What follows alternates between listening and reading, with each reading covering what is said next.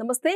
Welcome to our channel. నేను విశాలిని. మాజీ YCP MLA Jogi Ramesh గారైతే ఈరోజు కుటుంబ సభ్యులతో కలిసి విజయవాడ కనకదుర్గమ్మ గుడికి వెళ్ళి అక్కడ ప్రమాణం చేస్తున్నారు. ఈ నకిలీ మద్యం గురించి నాకు ఎటువంటి సంబంధం లేదు, ఎటువంటి ప్రమేయం లేదు అని చెప్పి ఆయన హారతి కూడా చేతిలో పెట్టుకొని ప్రమాణం చేస్తున్నారు. మరి ముఖ్యంగా చూసుకుంటే నకిలీ మద్యం సంబంధించి ఇద్దరైతే ఇంకా అరెస్ట్ అయి ఉన్నారు. అయితే ఎవరెవరు వాటాలు ఎంతంత పంచుకున్నారనేది కూడా మనకైతే సిట్ ద్వారా అయితే మనకి సమాచారం అయితే బయటకు వచ్చింది. మరి దీని మీద పూర్తిగా విశ్లేషించడానికి మనతో పాటు స్టూడియోలో ఉన్నారు ప్రముఖ రాజకీయ విశ్లేషకులు అడుసుమల్లి శ్రీనివాస్ గారు ఉన్నారు. వారిని అడిగే విషయాలను తెలుసుకునే ప్రయత్నం చేద్దాం. నమస్కారం సార్. నమస్కారం సార్, ఇప్పుడు ఈ మధ్యకాలం ఏపీలో నకిలీ మద్యం గురించి వ్యవహారం బాగా జరుగుతుంది జోరుగా. అయితే దీనికి జోగి రమేష్ గారు అయితే ఈరోజు కుటుంబ సభ్యులతో కలిసి విజయవాడ కనకదుర్గం గుడికి వెళ్ళేలా ప్రమాణం చేస్తున్నారు. నాకు ఈ కేసుకి అసలు ఎటువంటి సంబంధం లేదు, నన్ను కక్షపూరితంగా మీరు కుట్ర చేస్తున్నారని జోగి రమేష్ వ్యాఖ్యలు చేస్తున్నారు. నిజంగా ఇప్పుడైతే ఈ నకిలీ మద్యానికి అయితే ఇంక ఇద్దరైతే అరెస్ట్ అయి ఉన్నారు సార్. ఇప్పుడు సిట్ అధికారుల ద్వారా అయితే ఎవరెవరు ఎంత వాటాలు పంచుకున్నది కూడా మనకి సిట్ అధికారుల ద్వారా మనకి బయటకు వచ్చింది ఇదంతా. అయితే ఇప్పుడు జోగి రమేష్ వ్యాఖ్యలు ఏ విధంగా చూడాలి సార్? ఫస్ట్ ఇప్పుడు అంటే జోగి రమేష్ అసలు ఫస్ట్ నిన్ను ఎవరు అడిగారు? ఆరతి చేతిలో ఆరతం నేను చేతిలో పెట్టుకున్నాడు అనుకున్నాను, ఏదో ప్రమిద పెట్టుకుని అందులో పెట్టాడు, డైరెక్ట్గా చేతిలో అంటించుకున్నాడు అనుకున్నాను నేను. ఏ తమలపాకు ఏదో పెట్టుకుని దాని మీద పెట్టి అంటించుకున్నాడేమో అనుకున్నాను. కాదు, ప్రమిద పెట్టుకున్నాడు. ప్రమిద పెట్టుకుని ఇలాగా మీకు అమ్మూరు సినిమాలో రామిరెడ్డిలా చెప్తున్నాడు ఏంటండి. అలా కాదండి. ఆ మాత్రం దానికి కోర్టులు, జైళ్ళు, పోలీస్ స్టేషన్లు ఎందుకండి? అన్ని పోలీస్ స్టేషన్లోనూ కోర్టుల దగ్గర కానీ ఒక మూట ఆర్తకర్పూరం అక్కడ పెడితే అక్కడ రాగానే జడ్జి గారి ముందు నిలబడేలాగా అన్నారనుకోండి, ఆరతికి ఇచ్చుకుని నేను ఏం చేయలేదండి, నాదేం తప్పులేదండి, నా ఆరతికి ఇచ్చేసుకుంటే సరిపోద్ది కదా. అంతే కదండి. వీళ్ళు కొత్తగా చెప్తున్నాడు ఆడ ముఖం ఆడు వాటం ఏంటండి అతను. నువ్వు ఈ డ్రామాలు వాలంటీరిటీ ఖచ్చితంగా నీ పాత్ర ఉంది అందులో. ఆ జనార్దన్ అన్నవాడు చెప్పాడు కదా, నువ్వే చేయమన్నావని. ఇంకా అంతకన్నా ఏంటి? ఈ కోర్టుకి సాక్ష్యాలు కావాలా? సాక్ష్యం చెప్తున్నాడు నువ్వు ఉన్నావని. నువ్వు లేవని నిరూపించుకోవాలి, నువ్వు లాయర్ని పెట్టుకో, దొబ్బేసిన డబ్బులు ఉన్నాయి కదా. ఖచ్చితంగా నిన్నైతే జైల్లో తీసుకెళ్తారు. నీకు మ్యాక్సిమం టైము 15వ తారీఖు దాకా ఉండొచ్చు ఉంటే, నవంబర్ 15వ తారీఖు దాకా. చాలామంది ఎదురు చూస్తున్నారు మీ బాస్ని నిన్ను మొత్తం అందరినీ ఒక దాంట్లో వేస్తాను. జనార్దన్ అన్నవాడు గోవాలో అరెస్ట్ చేయరు కదా.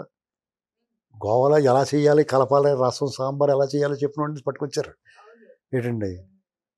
ఈ గతంలో జగన్ ప్రభుత్వం ఉన్నప్పుడు ఇతను బారు నడుపుకోవడం ఎంత దారుణం అంటే, ఆడ నకిలీ అమ్మేవాడు ఈడి బారులో ఈడే చేసుకుని అమ్మేసుకుని వాడు ఇంట్లోని. ఇప్పుడు ఎవడింట్లో ఆడు కర్రీ పాయింట్ ఎట్టినట్టు పెట్టేశాడు. ఇందులో ఇలాంటి దాంట్లో ఎక్స్పీరియన్స్ ఉన్నవాడు కాబట్టి అతను నువ్వు పట్టుకున్నావు.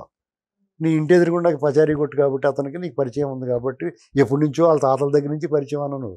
మొన్న నాడేమో నాకు వాళ్ళ సంబంధం లేదన్నావు. దీన్ని ఎలా నమ్మాలి?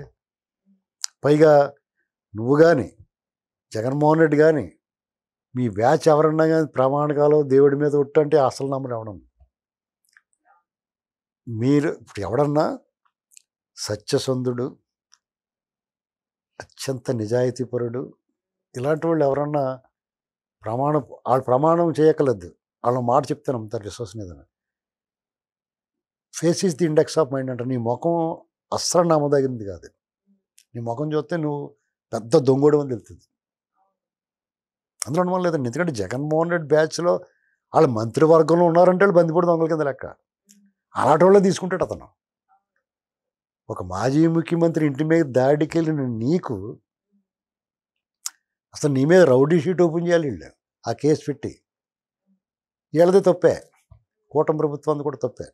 ఒక్కొక్కడు కాపలా వీళ్ళకి, ఒక్కొక్కడు కాపాడుతూ ఉంటాడు.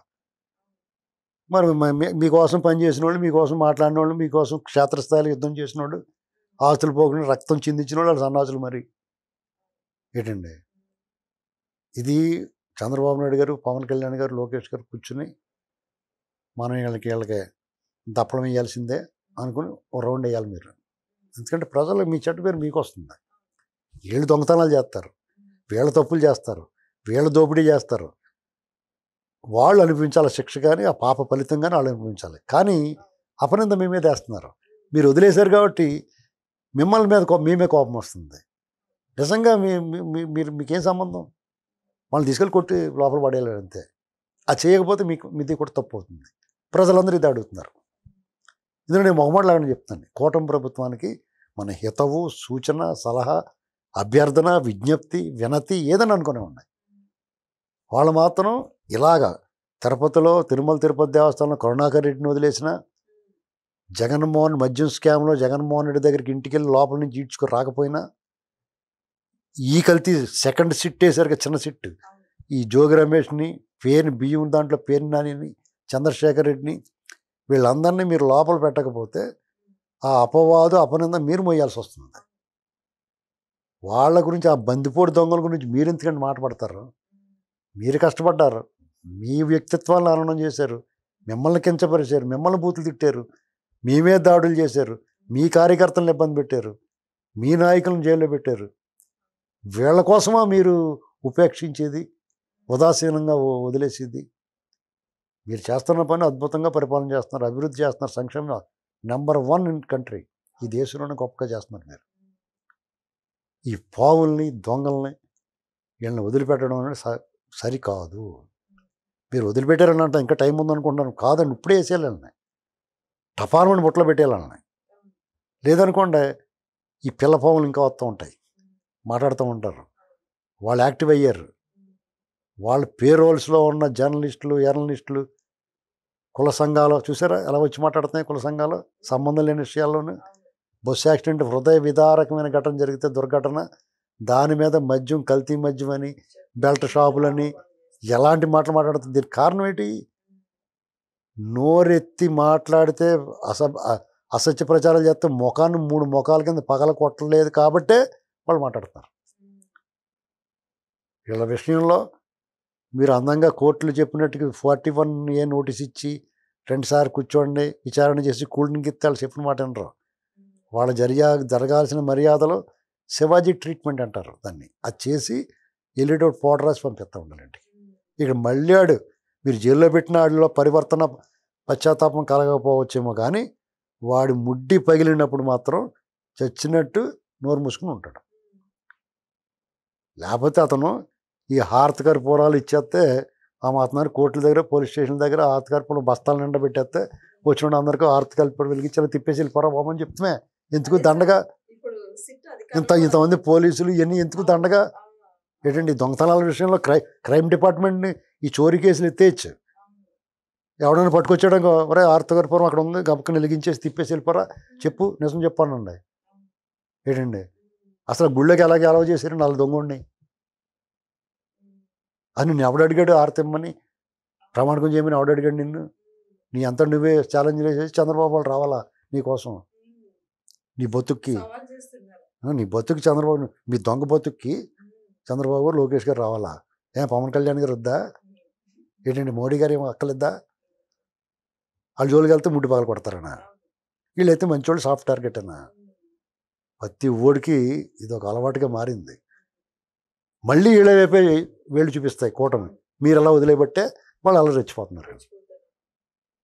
ఏమైనా ఇక ముందైనా వీళ్ళు ఈపి చెట్లు కొట్టాలని మనస్ఫూర్తిగా కోరుకుంటున్నాను. సార్, ఇప్పుడు సిట్ అధికారులోని జోగి రమేష్ గారికి ఉచ్చు బిగించబోతుందని పెద్ద ఎత్తున ప్రచారం జరుగుతుంది. ఉచ్చు బిగించిపోయింది, అందుకనే అతనికి తడిసిపోతుంది. ఈ డ్రామాలు, రికార్డింగ్ డ్యాన్స్ అంతా అదే కారణం. ప్రతి ఓడి ప్రమాణంగా మీరు అసలు పాపభీతి లేనివాడు, భగవంతుడి పట్ల భయం భక్తి లేనివాడు నువ్వు.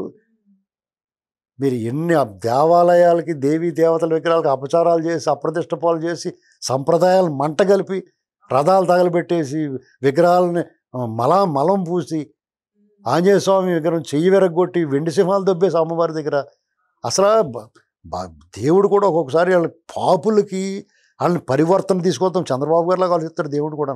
వాళ్ళు మంచిగా మారుద్దాం అనుకుంటాడు. ఏటో నీరు పళ్ళ విరిగినట్టు దేవుడు కూడా కరుణా కటాక్షాలు పాపుల వైపు ఉంటాయి, వాళ్ళు మారుద్దాం అనుకుంటాడు. అసలు ఇతను అలా దుర్గ గుళ్ళోకి అడుగెట్టిన వెంటనే, ఒరే మీ ఓడే కదరా, నీ సహచర మంత్రే కదా వెండి సింహాలు దొబ్బేసాడని భస్మ అయిపోవాలి కదా పైనుంచి కిందకి, అలా అంటించుకోగానండి. అలాగైపోతే అప్పుడు నమ్ముతారు, భయం వస్తుంది అందరికైనా. దేవుడు కూడా అలాంటి, దేవతలు కూడా అలాంటి పనులు చేయాలి. ఒకసారి చూపించాలి శాంపుల్. అదండి పరిస్థితి. Thank you.